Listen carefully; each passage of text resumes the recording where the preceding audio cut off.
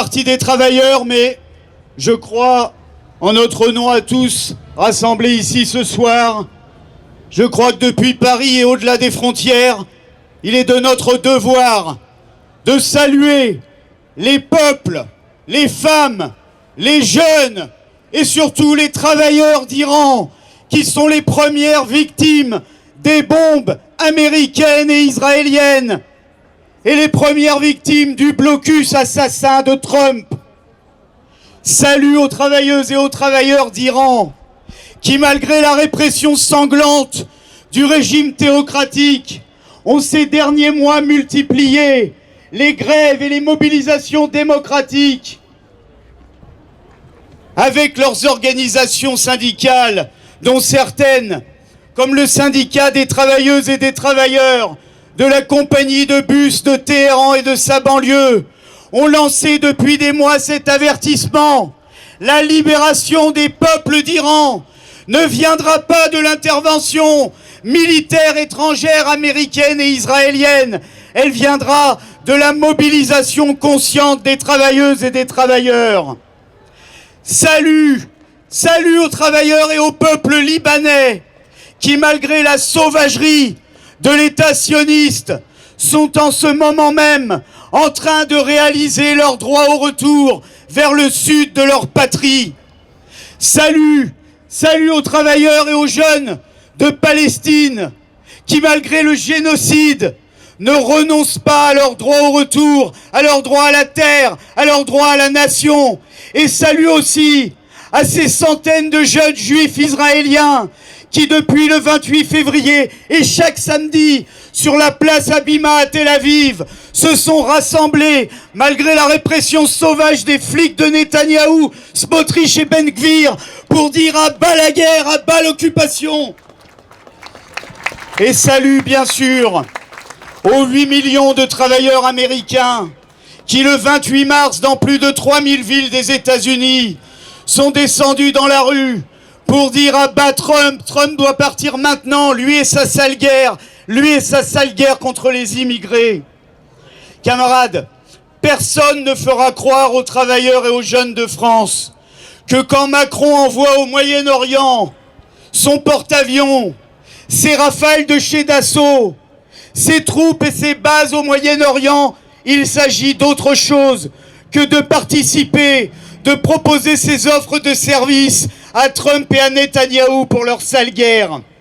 Une guerre capitaliste, une guerre impérialiste, vous le savez, vous l'avez lu dans la presse, elle rapporte chaque heure qui passe 30 millions de dollars aux grandes multinationales pétrolières.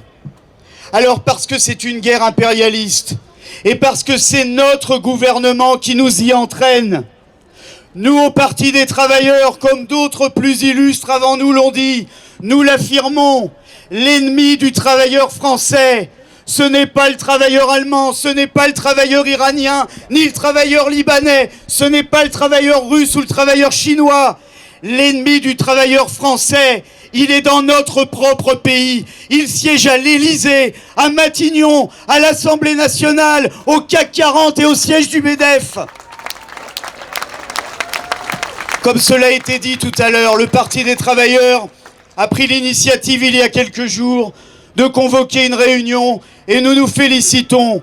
que nous ayons pu organiser ce premier rassemblement avec les camarades du NPAR, de l'Union communiste libertaire, avec la participation des camarades de lutte ouvrière et de bien d'autres. Dès lundi, le Parti des travailleurs proposera à toutes les organisations, celles qui ont répondu, celles qui n'ont pas répondu, de se réunir à nouveau dans ces locaux. Il les invite, celles qui sont là et celles qui ne sont pas là, pour organiser la suite de la mobilisation des travailleurs et du peuple de notre pays, pour exprimer la volonté majoritaire qui est la sienne contre la guerre. Alors certes, tous n'ont pas répondu, et nous le regrettons. Nous imaginons évidemment que ceux qui n'ont pas répondu, les raisons pour lesquelles ils ne sont pas là, un rapport avec les plus de 40 votes au Parlement européen des heureux députés de gauche français pour envoyer des milliards et des milliards d'armes en Ukraine.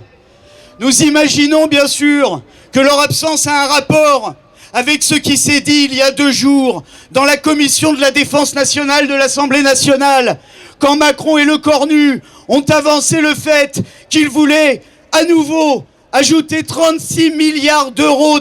en complément de la loi de programmation militaire. Et il ne s'est pas trouvé dans la commission de la défense nationale un seul député de gauche, PS, PCF ou LFI, pour trouver ça pas normal, pour s'y opposer.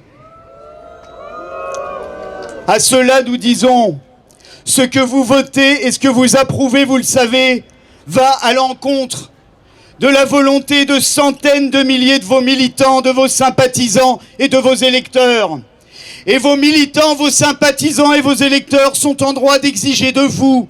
que vous rompiez avec Macron, que vous rompiez avec sa politique de guerre, que vous rompiez avec sa loi de programmation militaire et ses 36 milliards supplémentaires, et que vous rompiez avec sa politique de caporalisation de la jeunesse. Alors, pour le Parti des travailleurs, ce rassemblement doit être un point de départ pour forger l'unité, l'unité avec les organisations, par millions et par millions, pour infliger à ce gouvernement fauteur de guerre la défaite qu'il mérite et pour le chasser. À bas la guerre, à bas l'exploitation, vive l'Internationale ouvrière!